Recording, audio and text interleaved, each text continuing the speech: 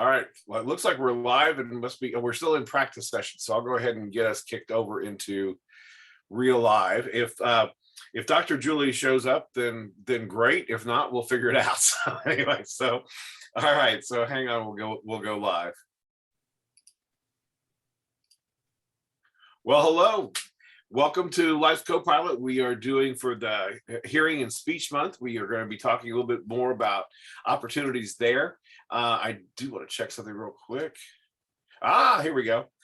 Julie is in. Now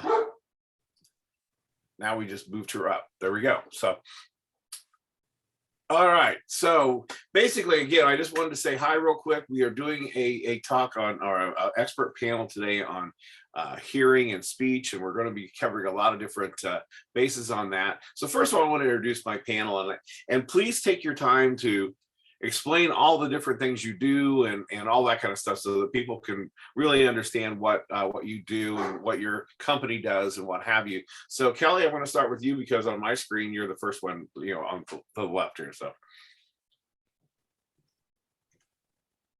get your voice on. I'm a speech language pathologist. Right now I'm working really closely with the Indiana Parkinson's Association, developing their speech program. Speech is just very, let's say, not on the top of people's lists all the time. So trying to bring more awareness to what we do and how speech therapy can help with all areas of cognition and language and speech.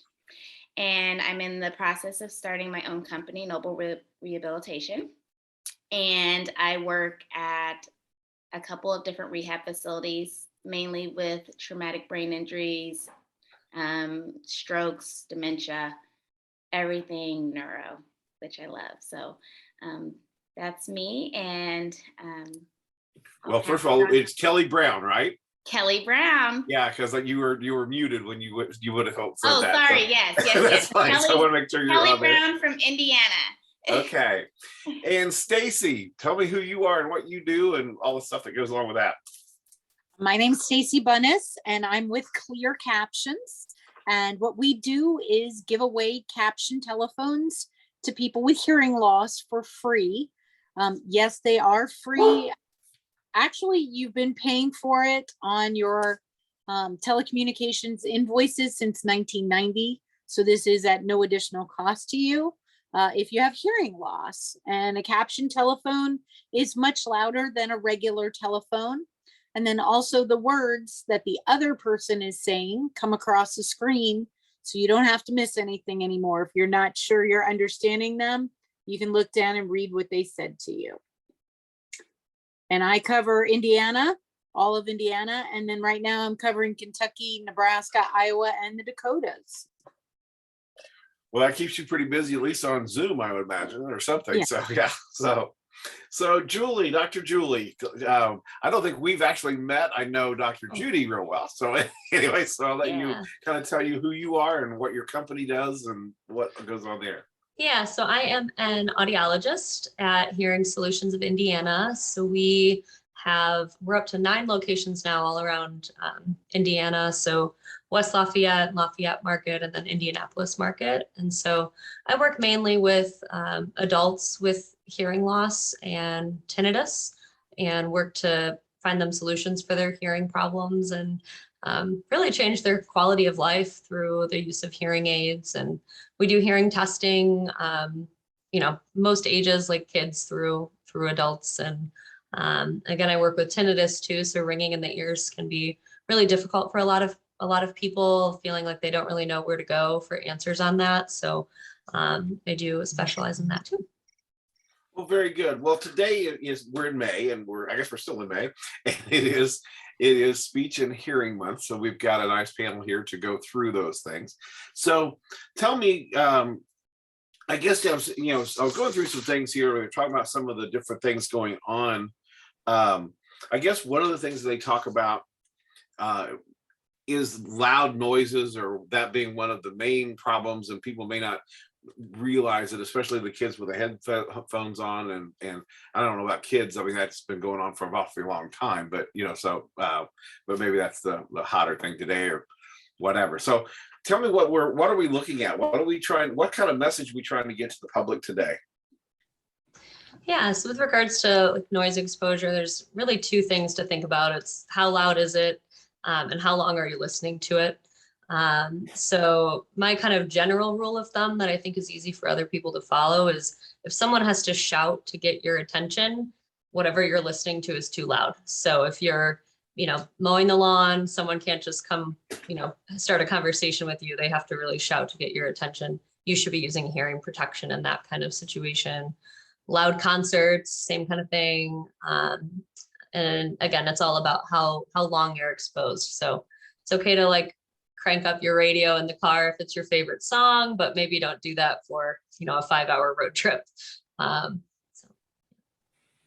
Well, so, and there's so many different things you can do to mess your hearing up, is what I understand. I will tell you this, I was dumbfounded. I'm not sure if I was as dumbfounded as Dr. Judy was, but I went in to have my own hearing test because I've always assumed that it had been damaged, because I grew up on a farm with loud tractors and loud equipment all day long. Every day I'd get off the tractor, my ears would ring for about an hour afterwards, which I hear is not a good thing.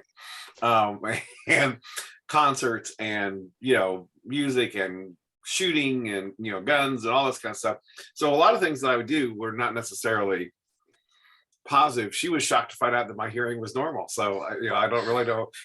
And I always thought it was bad because my wife, I think, hears like a beagle because she can hear much more than I can. So, but You must be the anomaly that somehow made it out. That's what she said. That she goes, Touch-free. sometimes you're like predisposed to cause trouble or something. So I had no idea. Factors. Yeah. But I truly went in there expecting, to hear something totally different than that. I was dumbfounded. But anyway, those are things all those things I just mentioned are things that cause these issues. Oh yeah, absolutely. Loud tools, equipment, woodworking, gunfire is a huge one. Like one gunshot with no hearing protection is enough to damage your ears permanently. So you really want to be safe on the firing range, or if you're out hunting or something. For that, drills, like dentists that use drills regularly, those drills are loud enough to be causing damage to their ears. So there's a lot of potential causes of damage out there. That's a good thing. Regards to noise A good friend of mine, last 4 years ago, had an accidental gun discharge. He was trying to clean out a house that all of a sudden they found live guns, and he was trying to clean them out, and one accidentally went off in the house, and he's lost hearing in one ear ever since then. He's never been able to get it back. So that is that. So now let's go with some other things. Kelly, I want to talk to you a little bit. We didn't go into it too much when you were talking initially. I would tell you the thing that I was probably the most dumbfounded to find out and to learn about speech pathology is that you guys do a whole lot more than just speech pathology. There's I guess everything from here up is you guys, right? So, I had no idea all the different therapies and all the different things that you guys do. I was exposed that my uncle was having problems swallowing. They were talking about a thyroid. They were talking about doing all the, like, cracking his chest. It was sounding like horrible.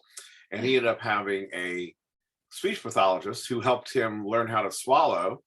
And he's not had any problems since. I mean, it was mind-boggling. But when they told me they had a speech pathologist, I go, why in the world? That, he talks fine, so. But could you kind of elaborate on what that is? Because I don't think people really have any idea all the things you guys do. Yeah, so that's a common misconception that we only work on speech. Most of the time when I go into patients' rooms, I can speak just fine. I don't need you guys. So I always have to explain speech language pathologist encompasses a lot of different things. So it can go anything from language, so word retrieval, reading comprehension, visual scanning, people that have had strokes that have left neglect, right neglect. We do a lot with voice, so people that have hoarse voice quality, or even this is our coaching side, but we do a lot with helping people with interviews and just being able to learn how to public speak. Then we have our course, kids. That's what everyone thinks of. When we think of speech therapists, we always think of kids. So getting your R's or your S's or your lists. And it's more than just articulation. We do a lot with memory as well. We teach families and caregivers how to care for their loved ones, people that are diagnosed with any type of neurological disorder that can change them ongoing. So we do a lot of counseling. Let's see, we do swallowing, of course, and we work a lot with, let's see, we have motor speech. So those are your people that are slurring your speech or just not being able to get your words out. We pretty much do it all, is what I could say. But cognitive retraining is probably one of the biggest things that we see, especially in adults. Either it's cognitive retraining or swallowing. And if you have your traumatic brain injuries or your strokes, you're going to see a lot more of that speech and articulation coming on, where we're teaching people how to speak again. So on the cognitive level, I mean, I know that, Jessie, who introduced us, yeah, that's her specialty. Yep. So tell me about how that works. What are you doing with it? How can speech pathology impact someone's cognitive ability?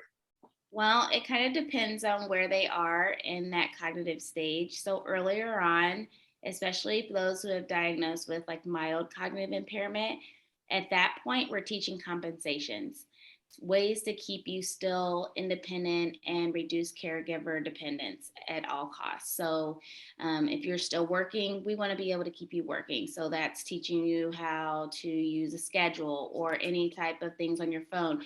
Cell phones are huge right now. There's so many different apps out there that we educate families on how to use to keep their loved ones as independent as possible.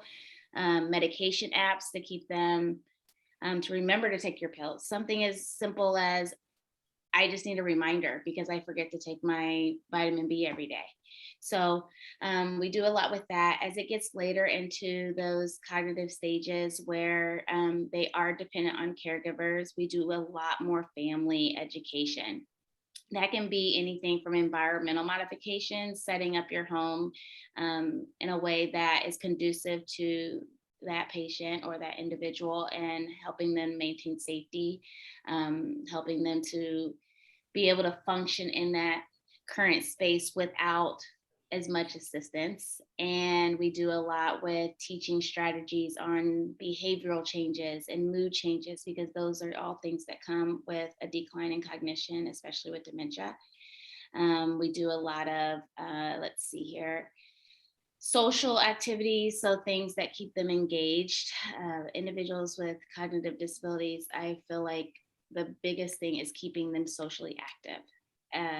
It's important for anyone to stay socially active, as we can see with the pandemic, with being socially isolated. Now we have people that are feel awkward in public situations and things like that. So even just in the 2 years that people have been home, could you imagine if you have isolated yourself at home for the last 3 or 4 years because you're embarrassed to go in front of people, or you're afraid that you won't be able to remember what the conversation was about? So we teach families on how to create that environment to make them feel more comfortable and mainly just stay as independent as possible. That's our main goal. Well, that's very good. Stacey, when you're working with people and they already have some level of hearing loss, probably when they start coming to you. And so how do they find you? Tell me, what's the, kind of give me an, how does someone reach out and get this free service, and what do they need to know and all that kind of stuff? Sure. So anyone with hearing loss is eligible for a caption telephone, because under the Americans with Disabilities Act, everybody has a civil right to have a normal telephone conversation. So that's where caption telephones come in. All you have to do to get one is to call me. My number's 317-771-8890. Besides hearing loss, the other minimum requirement is you must have internet. And the reason for that is that's how the words get to the telephone. If you have a landline, I'll come to your house and I'll hook the phone into your existing landline and connect it to the internet. So you use your same phone number. And now if you don't have a landline, but do have internet, we can still give you a telephone, and it does have a dedicated phone number for this. The biggest question I get asked at this point is, well, how much hearing loss do I have to get a caption telephone? And the only one who can truly make that decision is you. You know if you're struggling to understand people on the telephone. You may wear a hearing aid, you may not. A lot of people can't afford a hearing aid. So they struggle, especially on the telephone. So if you feel that you struggle on the telephone or in person, please call me so we can get you a telephone so you're not socially isolated. As we've learned over the last 2 years, if we can't talk to people over the telephone, we feel very alone, and we need to be social. And that is a way to do this so you can hear and understand what all of your family is talking to you about, or more importantly, what your doctor's office is telling you. So now, do you have to have a doctor's prescription or any kind of a thing like that to get this phone? Or You do not have to have, it's not required by law to get a caption telephone, but the FCC, who administers the fund for this, could change their mind tomorrow. So we do collect a doctor's note. Now, you don't have to go get that. That's one of the things that sets Clear Captions apart, is we do that for you. So when I come to your house, you and I will fill out a medical release form together, and then we'll send it to, if you wear hearing aids, your hearing care professional. But if you don't wear hearing aids, we can just use your family doctor, and they sign off on these pretty easily because they want all their clients to have anything that will benefit them. And then you're done. Once I take care of the paperwork and walk out, you don't have anything else to do. well, very good.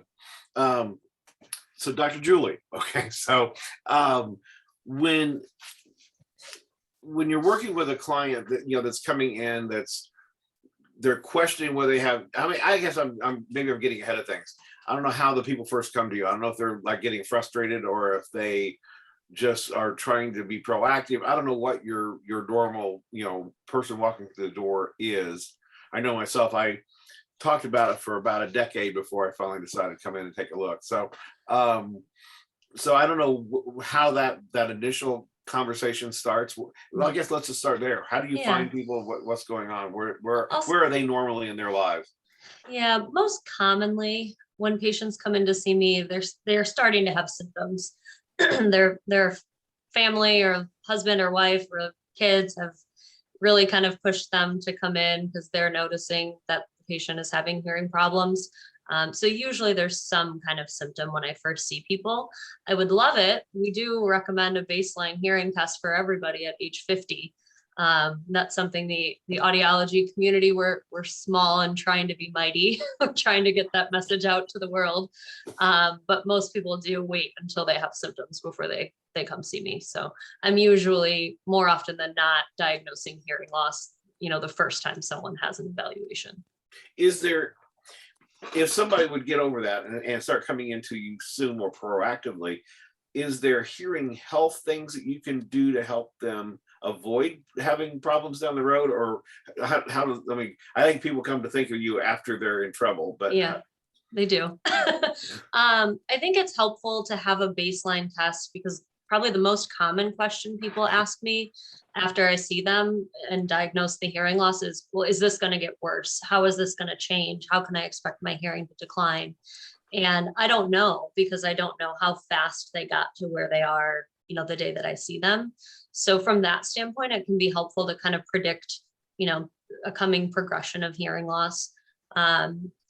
Prior to someone has normal hearing, we have the opportunity then to educate them about appropriate noise protection and appropriate ways to use that to protect their hearing and keep it the way that it is. Noise exposure is one of the few preventative things that you can do to keep your hearing healthy. We can start talking about some communication strategies. So sometimes people will come in like, I'm having trouble hearing my wife. We can give them some strategies that they can start to use in home that will be good for them long term for better hearing. Yeah, so there's certainly things that are helpful if you look at it sooner. So there are some kind of proactive things that can be done. And then when somebody, I assume that hearing is not reversible, or hearing loss is not reversible.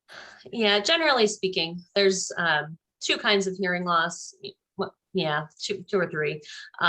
Sensory neural, which is the permanent type of hearing loss. When you think of age related or people getting older and having hearing aids, that's the permanent type.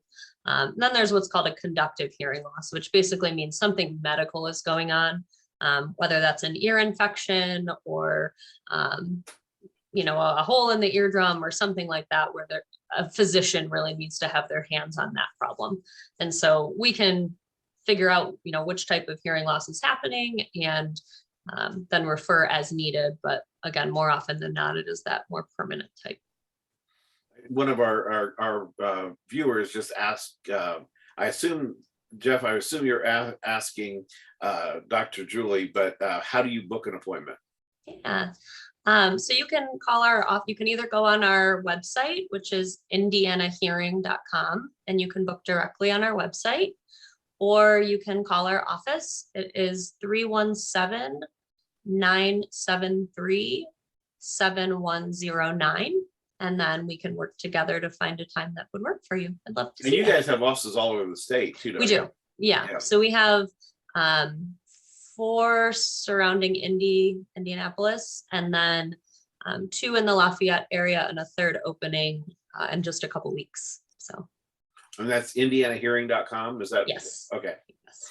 So, well, very good. Well, it's, one of the things too, this is not just Life's Copilot targets predominantly, aging issues and trying to provide resources for our seniors and their family members and caregivers. That's predominantly what it's built for. But the hearing loss, that isn't necessarily just an age-related issue. I'm sitting here looking at the sheet here from the CDC, and 50% of people aged 12 to 35 listen to music via personal audio devices with volumes that pose a risk to their hearing. Okay, and I probably was one of those as well. And so it's really not just that. And like I said, loud noises, something going off, that can happen to anyone. So I would imagine certain viral infections could probably cause some issues as well. So do you see people all over the age spectrum? Or? Yeah, I do. Generally speaking, I'd say teenage and older is who we work with personally. But of course, you can have hearing loss from birth. So it really can affect the full age spectrum. Yeah, there can be genetic factors where I just had a young woman who's in her early 20s, and we fit her with, her first pair of hearing aids, and it changed her life and her relationship with her spouse. And she had no idea why she was struggling so much. And it was her hearing, and like her world just lit up. We both were crying together because it was just such a cool moment to give life back to her, really. So we definitely see it at all ages. Actually, 65% of hearing loss happens to those under 65. Oh, really? So people associate it with aging. And it is, of course, more and more common as you age, but hearing loss as a whole, it's about most under 65. Oh, that's very interesting. Well, Kelly, I'm going to kind of go back into your world. You also, it's not just, and I imagine, Stacey, you're the same thing. It's probably not just all aged. There's people from all different age groups that have issues, hard of hearing or deaf or what have you too as well. But just my own experience, my oldest son, we didn't have any friends that had kids, and we had no relatives that had kids. So we were the only ones that did, right? So we didn't notice how much trouble my son was having speaking, because we understood him, but it was when his little brother, 4 years younger, could speak more clearly than he, we go, oh, maybe we have an issue. But he had so many ear infections throughout his, youth, that a lot of the sounds become distorted to him. And so we end up doing speech pathology or speech therapy we had a friend who was a speech therapist we had, and then she actually went to school with this one company that we went to, and then there was somebody at the school, so he was getting like 3 different people. They said it would take probably a few years to get under control. Now they didn't know him. He's kind of hard-headed and determined. He got done in 6 months because he didn't like going to the special class. But it was kind of an eye-opening thing to us, because we didn't think about it. We understood what he was saying, and then we found out that it wasn't. So are you getting people that are in that situation? Or are you dealing with just people that have had some kind of decline? I guess, Kelly, I'm trying to figure out where to go with that. I really don't work with children. Okay. I'm kind of diving into that world. The youngest that I've worked with is probably 13, but I've done a lot with intellectual disorders and autism. So I shouldn't say a lot. Maybe within the past 6 months, I've kind of dove into that area. But my experience with children is very, very limited, except for when I was in college. So I went straight to adults and stayed there, and kind of your industry is just like so many of it. It's so specialized, the different niches. Now you're talking about, you spend a lot of time with Parkinson's. Now explain that one, because I don't know if people know really all the different things that are speech related with Parkinson's. Oh my goodness, there's so much with Parkinson's. So with the stages of Parkinson's, you're going to have different symptoms. Every person is different. There is no person with Parkinson's that looks the same. So it can be, there's a wide range of issues. So a lot of the main issues that we see are typically related to speech. As you were saying earlier, pacing yourself when you're speaking. So a lot of times with Parkinson's, and you see it with their gait, they start walking and they can't stop. Same with their speech. They start talking and it's like a run on, and it's like, whoa, slow down. So we teach strategies on how to make speech more intelligible. Voicing, a lot of times with Parkinson's, as it progresses, your voice gets smaller just as your movements get smaller. So we teach on, there's LSVT, which is Lee Silverman voice, and I know most people have heard of big and loud. So that's usually with the physical. And then we have Speak Out, and those are standardized programs that we use to progress people with keeping their speech and voice at a decibel where people can understand them and hear them. That's the biggest thing, because a lot of times we get people that say, oh, my family can't hear me. Or I think I speak just fine, but my family says they can barely hear me or understand me. And then you have the swallowing piece that comes in. Not every individual with Parkinson's will experience swallowing. It's a small percentage. So we do have those. And a lot of times that's management of secretions. So they lose that tone in the face. So we lose the ability to manage our speech, our secretions, the timeliness of our swallow. We might have to change what we eat. So a lot of times it's just educating on different types of food that are more effective of meeting nutrition and hydration. And then lastly, cognition. That's probably our biggest one. Not everyone will experience cognitive changes, but more than often there are some. And a lot of times that can span from memory, with not being able to come up with the words you want to say. Let's see here. Problem solving and safety awareness. That's huge. Most of the people with Parkinson's, when they fall, they know why they fell. It's more so they just couldn't control that brain to say, I should not do this. It's that impulse. And we teach a lot with families and caregivers on how to prevent falls and just to keep them safe in their environment. So anything and everything that you can think of. And I mean, how many people are going to think of a speech pathologist or a speech therapist to keep you from falling? Yeah. I mean, that just, is not something that would normally go into your head. Yeah. So, well, very interesting. Dr. Julie, I was going to go back to you on this is confusing. Dr. Judy taught me something that I had no idea. and I was going to let you kind of expound on this as well. The difference between an audiologist and a big box hearing aid store. I had no idea the situation with that. So I think that's something people need to be aware of. Yeah, so as an audiologist, we study for 8 years, so a 4-year undergraduate degree and a 4-year doctorate.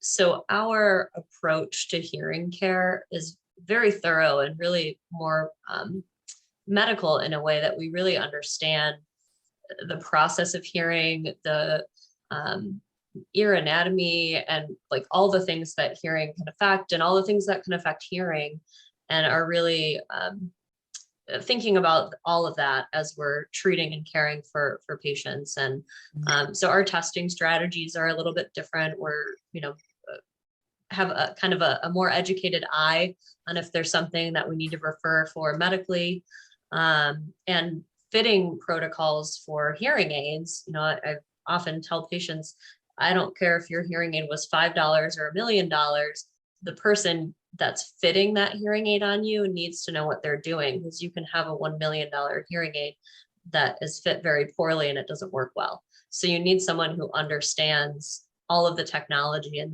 today's hearing aids. And that's what we really are experts in, and have studied for so long.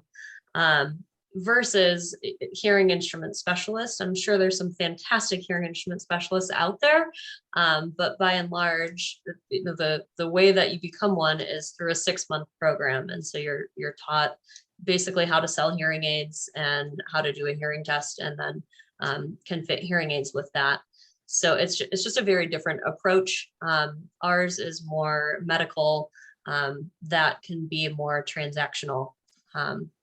If that makes sense.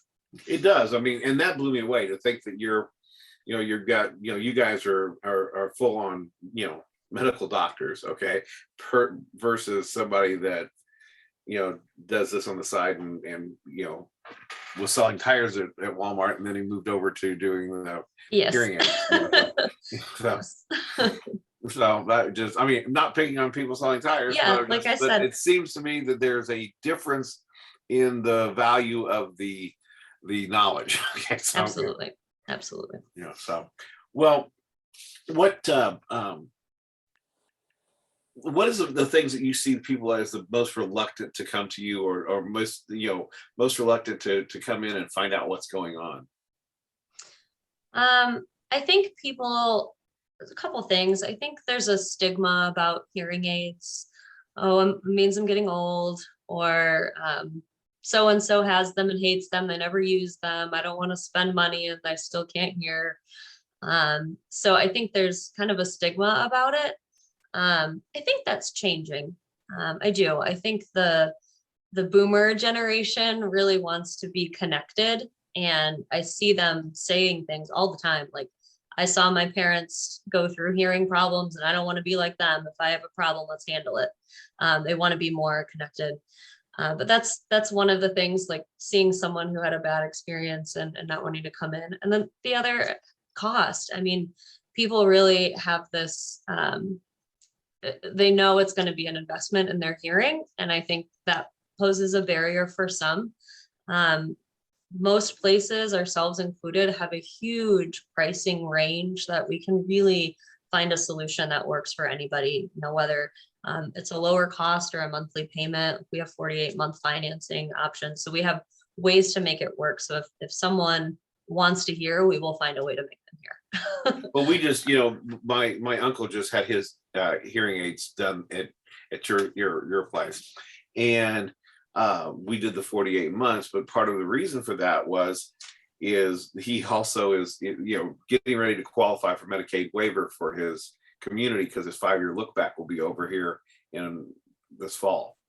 And so then we'll be able to save him a lot of money. But one of the things we'll have to figure out ways to spend a certain amount of money every month. So your monthly payment actually came in really handy. Yeah, there we go. Not necessarily that it's just handy for the next 4 months, but it's going to be really handy, from there on out. So, so that made more sense to us. But there's so many things within that whole senior world that people don't know about, that they're trying to connect all these pieces. You know, I mean, I don't know if any of you guys have ever met each other or not, but I would imagine there's interreactivity within these types of industries as well. Yeah, just hearing Kelly talk about falls, hearing loss and falls risk is huge. So I was like, Kelly, we need to collaborate on. Yes. I was just gonna say, just with even with the hearing loss with the older population, I feel like a lot of times people just get comfortable with not hearing. And especially as they get older, it becomes insignificant to them. But you also see those people withdraw a lot. They're not engaging with family or friends, and they're self-isolating. So that impacts your mental state. It goes into your cognition. It's just a ripple effect. So what I was going to say is where I'm constantly trying to tell people, your hearing is important. Not only is it important to engage with people, but a lot of times when you just don't speak, people will make assumptions about what you know.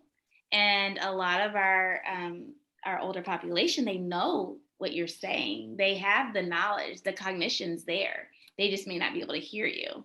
And if you're missing that piece, it's easy to misinterpret what a person really knows and what they can do. So I'm always trying to throw a hearing amplifier on. That's all we have at our facilities, but anything to help them to at least hear me. And I always tell them, if you can't hear me, please let me know. So yes, I definitely think we need to collaborate. I mean, totally the connection, people think like, oh, I hear what I want to hear. It's fine. I can get by. Mm-hmm. Gosh, if I had a nickel for every time.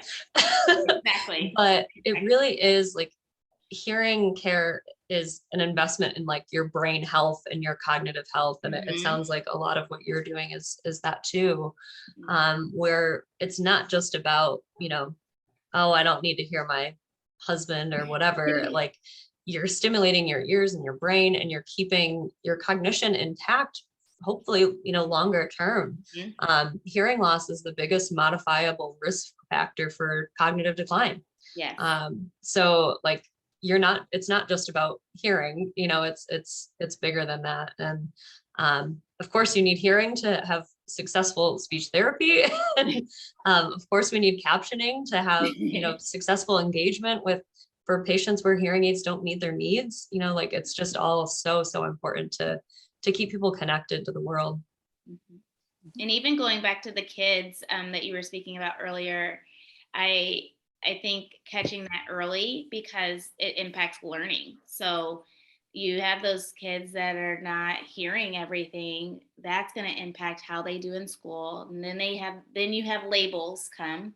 So now you have these kids that are being labeled something that maybe they're not, because of as simple as they're not hearing everything that's being said in class. So yeah. Well, and that's just it. People and people hide behind things too. They try to let you not know what they're. And I will tell you this: seniors are really good at it. Okay, at hiding behind things and trying to not let you know what's going on. That's one of the biggest educations I had in trying to help all my senior family members. Like, they're just lying their butts off to me, trying to, setting up this beautiful, pretty stage that I never get to see behind, type thing. So, so there's that going on.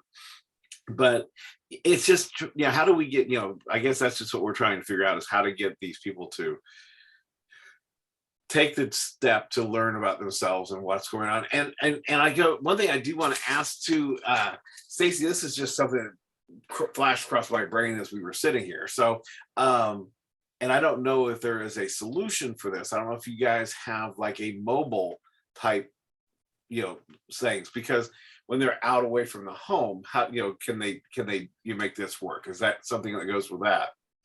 There are products available for that. We have a mobile app for iPhone and for iPad. Our Android app is not available, probably not until the end of the year, if that. Which is why I have an iPhone, because Android is always lagging behind on the, so yes.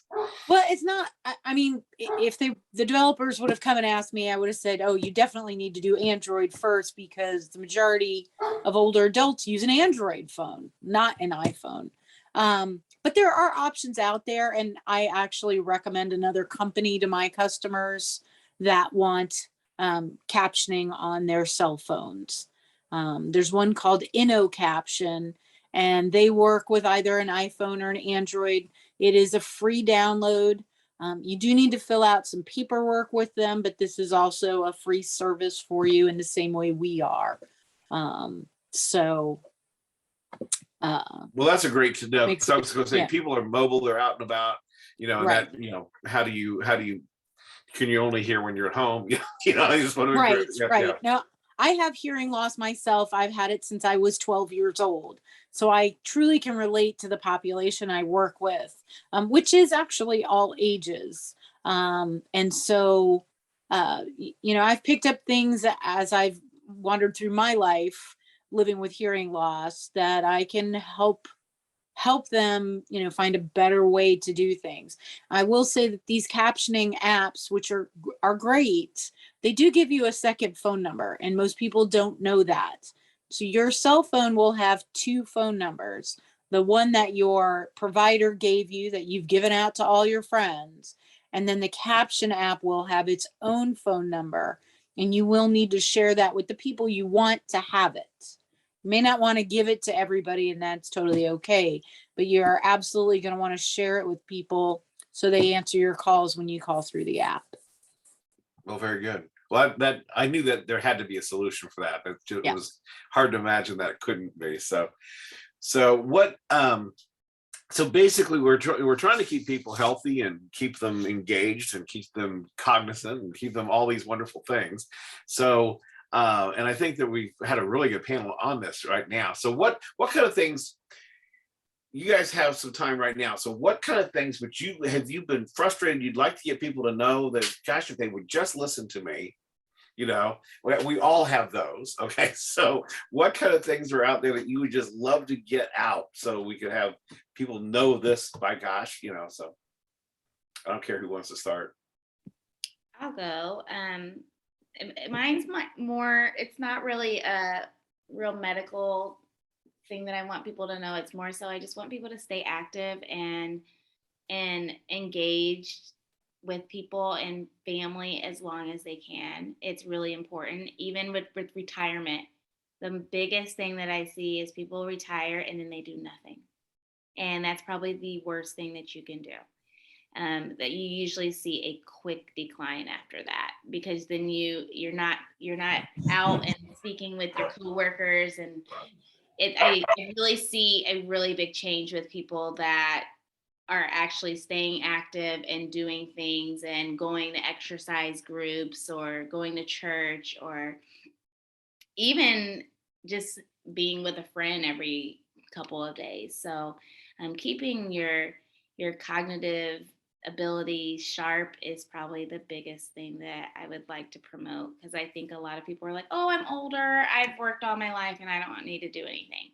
Well, you may not be at home very long if we keep doing that way. So we want to try and keep you home and keep you as independent as possible. So that would be one of the biggest things that I can think of, and I'll probably think of something else after someone. Well, then you can jump back on. But I've got a question for you right now, because how do your clients find you? I mean, is it normally a medical referral, or because most of these people are probably not the people are going to be Parkinson's, people with swallowing things or whatever, aren't going to be thinking of a speech pathologist, because that's just not what so how do you make sure, how do we get people to know to call you? How does that work? So You or somebody like you? A lot of times it's word of mouth. That's probably the biggest thing. And I mean, you can always email me. I will put my email up Well, there. I get that, and we'll put all that stuff on when we do the video here. But what my question is I would imagine that most of your clients or your potential clients have absolutely no idea that a speech pathologist would be the solution to their situation, because I don't have a speech problem. I always start my sessions with introduction of what we do. And I end all of my sessions. So by the time I'm done seeing them, I always provide handouts. Pass this to your friends if you know anyone that's in the same similar situation, not promoting me, but basically promoting what happens with aging in general. So changes with your swallowing, changes with your cognition, changes with speech, and increased falls, and environmental modifications that you can do to maintain your independence. So a lot of times it's just a lot of education. I would say that's probably the biggest thing.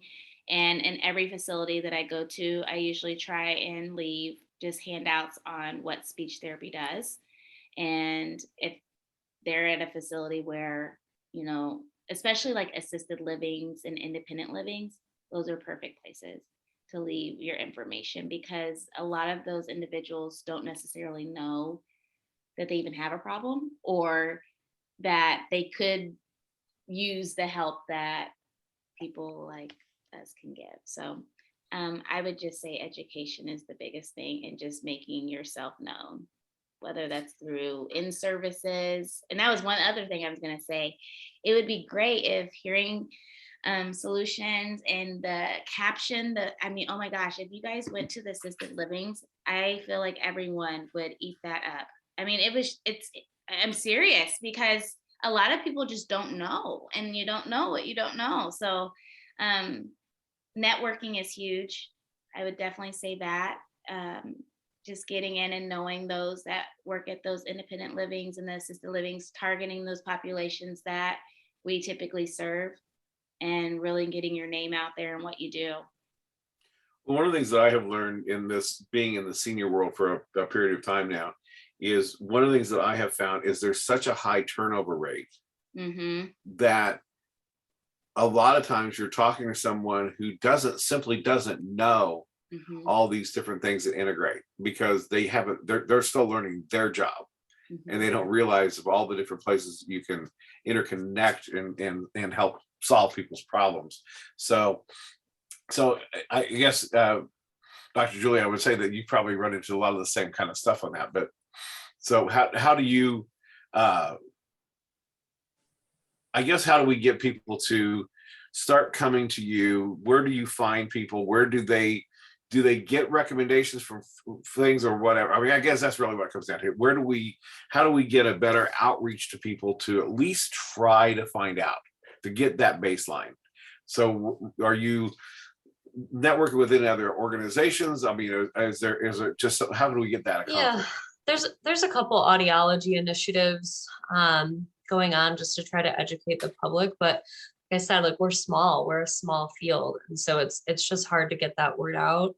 I think it'd be fantastic if, most people see their physicians pretty regularly, so we try to get connected with our local physicians, and if we can get them talking a little bit about hearing care and hearing health, and referring to us when someone mentions tinnitus or hearing problems or hearing problem in their family or anything.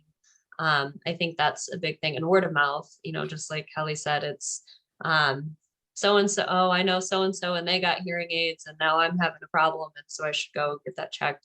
It is a lot of word of mouth. And I think everyone saw Amy down below pop on here, and she's our outreach person. So she might be a better person actually to answer this question even than me. So. Hey, Amy, it's good to see you. Hey, sorry, I had another meeting, and it wasn't supposed to last as long. But anyway, yeah. So the way that we get out there and let people know what we're doing is, like, I go to employee health fairs, I go to community health fairs. I'm actually partnering up with some insurance companies that actually provide coverage or benefit, a hearing benefit. So we're partnering up together to see like how we can help people get those benefits. And it's like a Medicare Advantage plan type thing. But like, I am out there constantly working in the field, in the industry, visiting physicians, visiting all the people. I mean, I feel like every time I'm out in the community, there's always an opportunity, because somebody needs a hearing screening, whether they just need to know their baseline, or they really look like they have hearing issues. So like today I was able to do 3 hearing screenings in my car. So Really? I have a device now. It's called the shoebox, and they put it on the head, and it has to be quiet, which is why my car is the sound booth, so to speak. But it can actually tell you, like, where your hearing is. So like the 3 people that were in my car, 2 of them had good hearing and 1 of them did not. So it's a quick, simple tool that, is it totally efficient? I mean, is it the truth? No, but it's a great way to get a patient in to see our doctors of audiology. So There's something else you're doing that I'm gonna pick on you to talk about too, because I think it's really important. That you're working with some senior living communities to try to teach their staff how to deal with the hard of hearing and the deaf and things like that. And I don't know anybody else in town doing that. So you want to expand on that just a bit? yeah, so I also have a part-time job, and I work for the Archibald Group, and what that organization does is help deaf and hard of hearing seniors on their senior journey. So whether they need rehab facilities that are considered deaf friendly, or they need long-term care, assisted living, or a home health company, any of those kind of things, or education on which Medicare plans to choose from. What is Medicaid? What is Medicaid waiver? So my job is to go to those facilities, partner up with them, get sign language classes in there, teach them about deaf culture and all the things that they need to know about that. And then I find deaf people and I move them in. So Lake Meadows is one of our locations. They're off 126th Street up in Fishers. Miller's Mary Manor is also another location. The Heritage Woods of Noblesville is like trying to be a location. But my job is to be out in the communities creating partnerships for the deaf and hard of hearing, which kind of like it's cool. I like to say I have 2 wonderful jobs that let me work hand in hand, because one, hard of hearing, yes, that's a benefit and that's a service. And for in the healthcare industry, they also need to understand that you do need to provide things for the hard of hearing, not just the deaf, but the hard of hearing, because if they can't hear you, then you're really not providing quality care. So, but yeah, that's what I do as well. So you're solving the same problem for the same client. It just different problems for the same client, basically is what it comes down to. So Stacey, one of the things I was going to ask on yours, do you just have, are you getting referrals from audiologists, and are you getting how do people find you? Are they getting it from, I notice that Bruce is on here, he's with SHIP, so I don't know if people are hearing from those kind of views. Are they just having to wait for a radio ad, or how do they know to reach out and go, maybe I need some help here? Sure.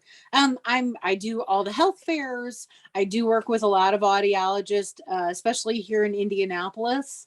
But I'll work with them wherever they are.